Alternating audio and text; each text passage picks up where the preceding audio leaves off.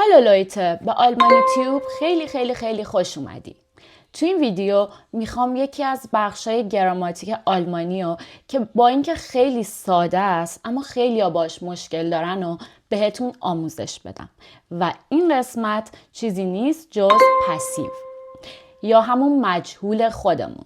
اگه دوست داری تو هم این مبحث رو یاد بگیری یا به یک روش جدید یاد بگیری، حتما برو و دفتر و مدادتو بیار که شروع کنیم با هم این گرامر رو یاد بگیریم.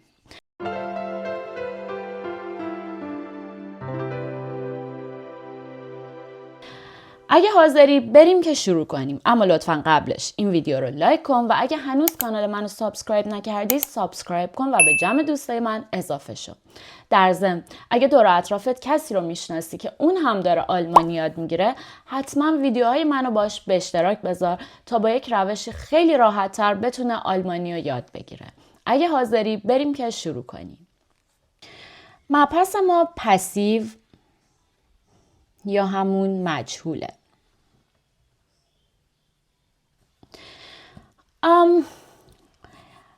اینجا با هم می نویسیم اکتیو. اکتیو جمله های معمولیه، مثل اینکه من لباس خریدم، و پسیو مثل لباس خریده شد. اول با زمان حال شروع می کنیم. present. یک مثال رو میزنم و با این یه مثال تمام زمانهای فعل رو با هم میریم. می نویسم ich kaufe die Jacke. یعنی من ژاکت رو میخرم.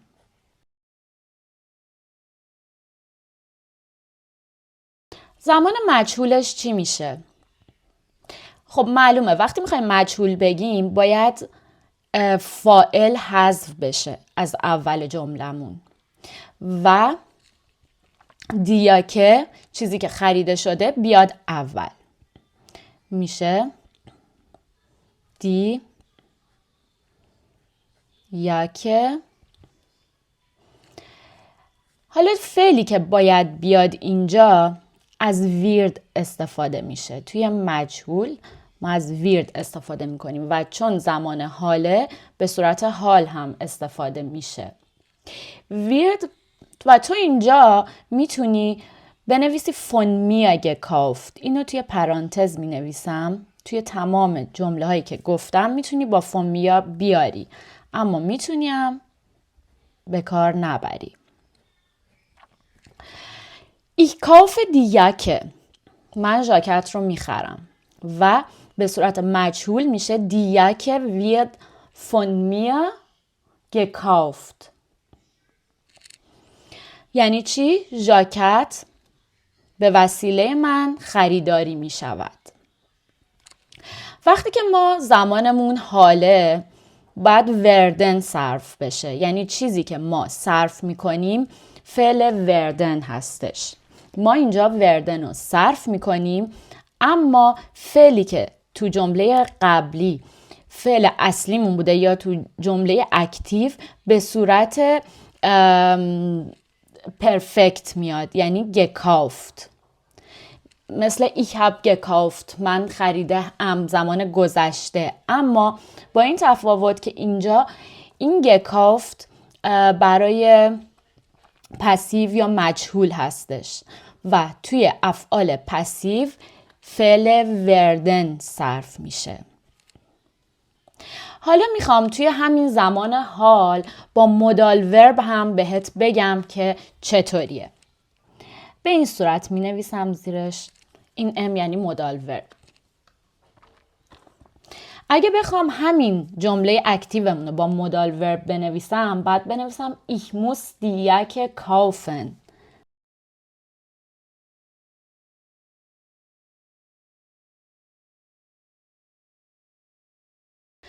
حالا اگه بخوام ich muss die Jacke kaufen رو به حالت مجهول بنویسم، باز همون دیاکه اول میاد. دی یاکه.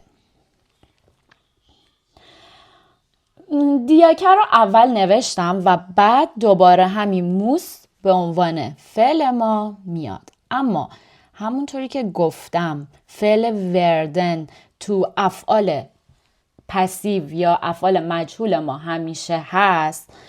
میشه فونمیا، میتونید رو بنویسی فونمیا، من اینجا نمی نویسم، gekauft، باید این صرف werden.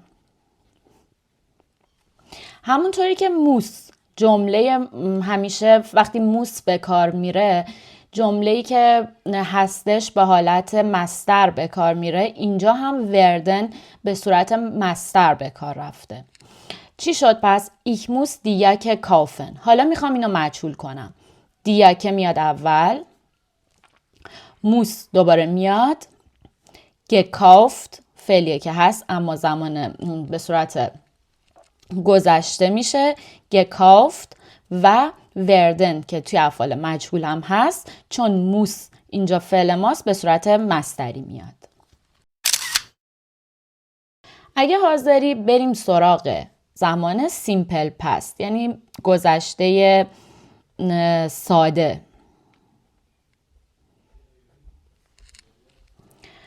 این یک، این دو، سیمپل پست. اگه بخوای همین جمله رو به سیمپل پست تبدیل کنی چی میگی؟ میگی ich kaufte die Jacke. Ich kaufte die Jacke. حالا من میخوام این رو به صورت پسیو در بیارم. باز اول دیاکه رو می نویسم. دیاکه رو که نوشتم زمان ویرد که این بالا تو زمان حال به کار رفته رو به صورت زمان گذشته ساده میارم که میشه چی؟ وورده. دیاکه وورده. فون میارم، میتونی بنویسی، میتونی هم ننویسی. gekauft. Ich kaufte die Jacke. Die Jacke wurde von mir gekauft. یا wurde gekauft. پس ما اینجا دوباره کافن رو تبدیل به زمان حالت پرفکت کردیم و وردن رو صرف کردیم به زمان گذشته ساده. حالا همینو با مودال ورب می نویسیم. اگه بخوام ich kaufte die Jacke رو با مودال ورب موست بنویسم میشه ich musste die Jacke kaufen. Ich musste die Jacke kaufen. همونطوری که میبینی موس که توی زمان حال بوده تبدیل به زمان گذشته ساده شده و موس موسته شده. ich musste die Jacke kaufen. حالا دوباره میخوایم به حالت پسیو درش بیاریم. باز دیاکه میاد اول و میشه دیاکه. وقتی با مودال ورب همیشه همونطوری میمونه. همینجا که توی زمان حالم دیدی مودال ورب موند. اینجا هم میشه دی Jacke musste gekauft werden. ببین دقیقاً موست تو این حالت هم تکرار شده و وردن به حالت مصدری اومده و این هم به همون حالتی که توی تمام افعال پسیو میاد به صورت پرفکت اومده. سومی پرزنت پرفکته. پرزنت پرفکت مثل لباس پوشیده ام، خریده ام. حالا بخوام این جمله رو بگم میگم ich habe die Jacke gekauft. گذشته ای که بیشترین حالت توی آلمانی به کار میره. Ich habe die Jacke gekauft. حالا میخوام اینو به حالت پسیو یا مجهول در بیارم. باز هم دیاکه میادش. به جمله بالا نگاه کن، به حالت زمان حال. Ich kaufe دیاکه. وقتی این به زمان present perfect اومده شده ich habe دیاکه gekauft. یعنی کافن تبدیل به gekauft شده رفته آخر و فعل کمکی haben اومده. همونطوری هم که میدونی برای بعضی از افعال عوض اینکه فعل haben استفاده بشه وقتی به حالت present perfect در میان فعل sein صرف میشه. اینجا وقتی ما میخوایم به حالت پسیو بنویسیم فعل ما وردنه. وردن وقتی که به زمان present perfect بیاد باید فعلش ist باشه. دیاکه ist میشه دیاکه ist، حالا von mir یا نه، gekauft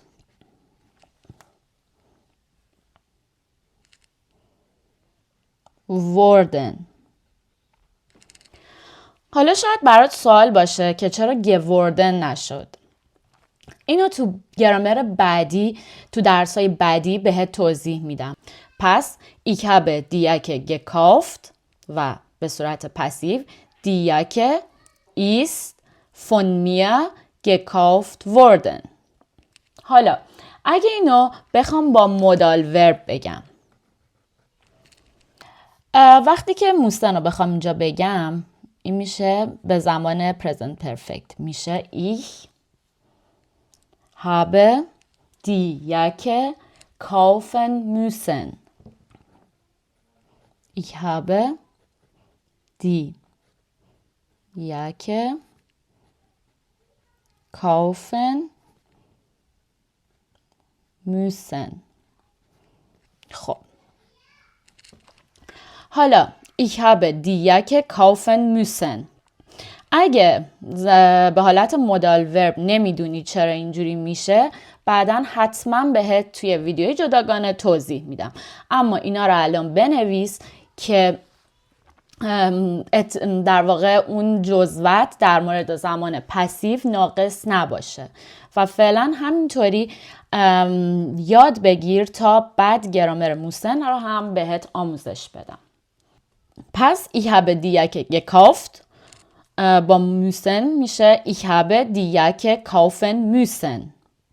خب حالا من میخوام اینو به حالت مجهول تبدیل کنم. باز دیاکه میاد اول. دیاکه hat von mir gekauft werden müssen. متوجه شدی؟ دیاکه رو باز می نویسیم. دیاکه hat، چون اینجا نگاه کن haben آوردیم، اینم hat. von mir رو حالا من اینجا حذف میکنم. gekauft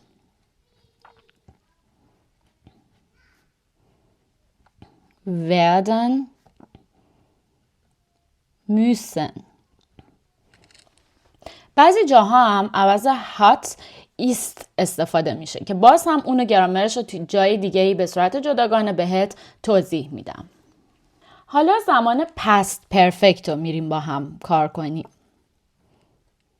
past perfect اون گذشته‌ای که با بود به کار میره. Ich hatte die Jacke gekauft. من اون ژاکت رو خریده بودم.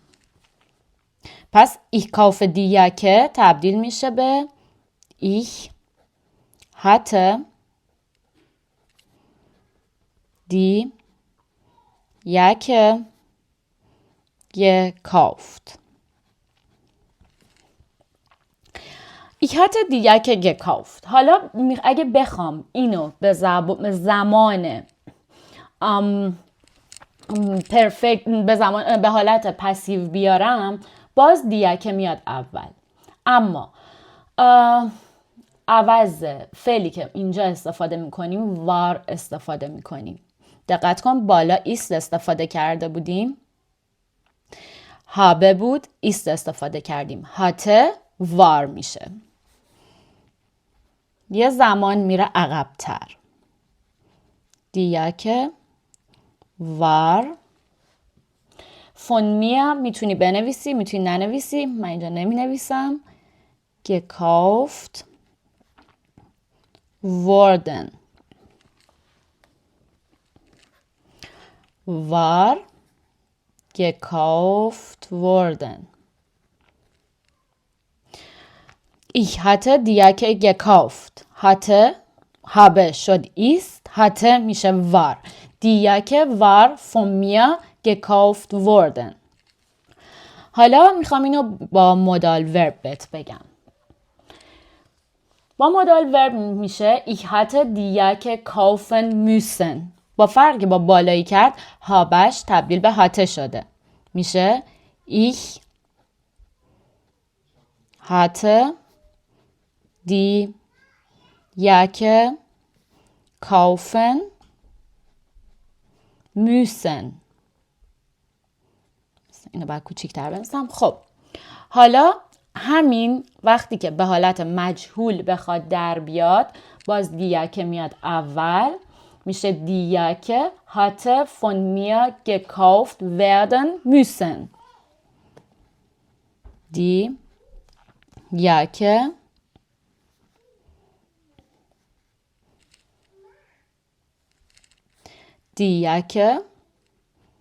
hatte von mir gekauft werden müssen. این هم زمان past perfect. حالا میریم زمان آینده رو با هم ببینیم چطوری نوشته میشه. اگه بخوای ich kaufe die Jacke رو به زمان آینده بیاری مثل اینکه من این یاکه رو خواهم خرید. Ich werde die Jacke kaufen. میشه Ich werde die Jacke kaufen. حالا این اگه بخواد به حالت مجهول در بیاد میشه die Jacke.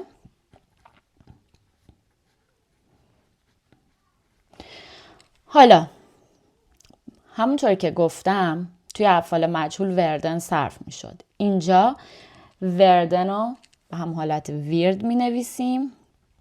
ویرد. تا اینجا مثل پرزنت پیش رفته.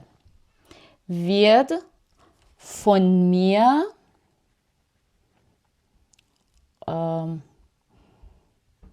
gekauft. کاش نمی نوشتم اونو.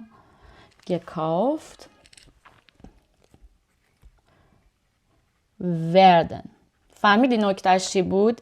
این بود که این ویرد مجهول ما نبود. این ویرد اون ویردی بود که آینده کردش این جمله رو. وردنی که برای مجهول به کار میره آخر جمله اومده. پس ich werde die Jacke kaufen.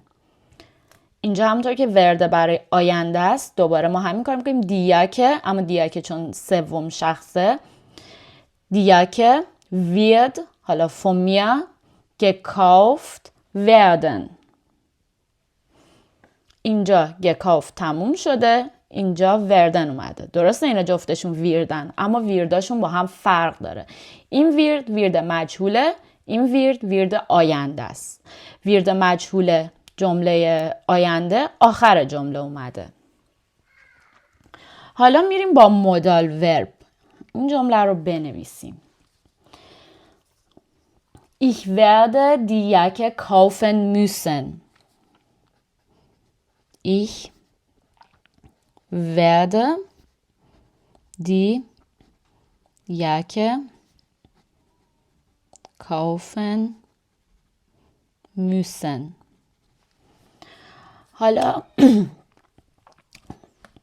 حالا اینو بخوام به حالت مجهول بنویسم میشه دیگه باز ویرد که مال آینده است von mir gekauft werden müssen. یعنی یه müssen اومد آخرش.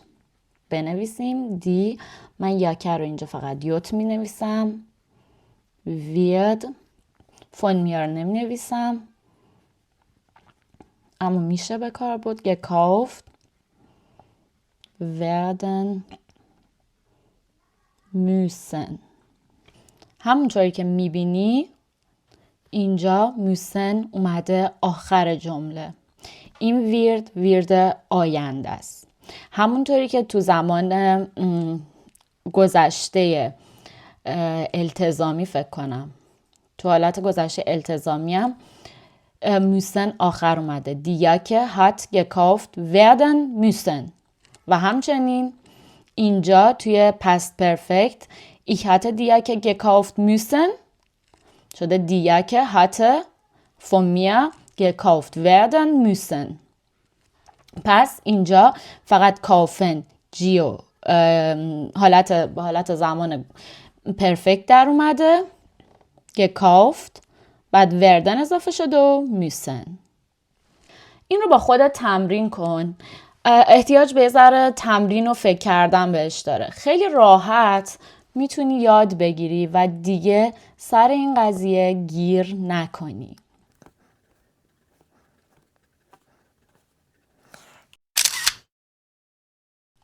خب این بود از کل گرامر مجهول در آلمانی.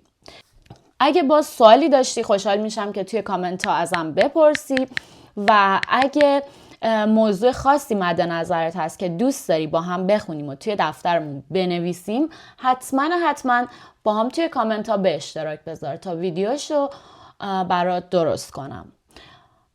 ممنونم که تا اینجای ویدیو با هم بودی. ممنونم که ویدیومو لایک میکنی و کانالمو سابسکرایب میکنی. تا ویدیوی بعدی، خداحافظ.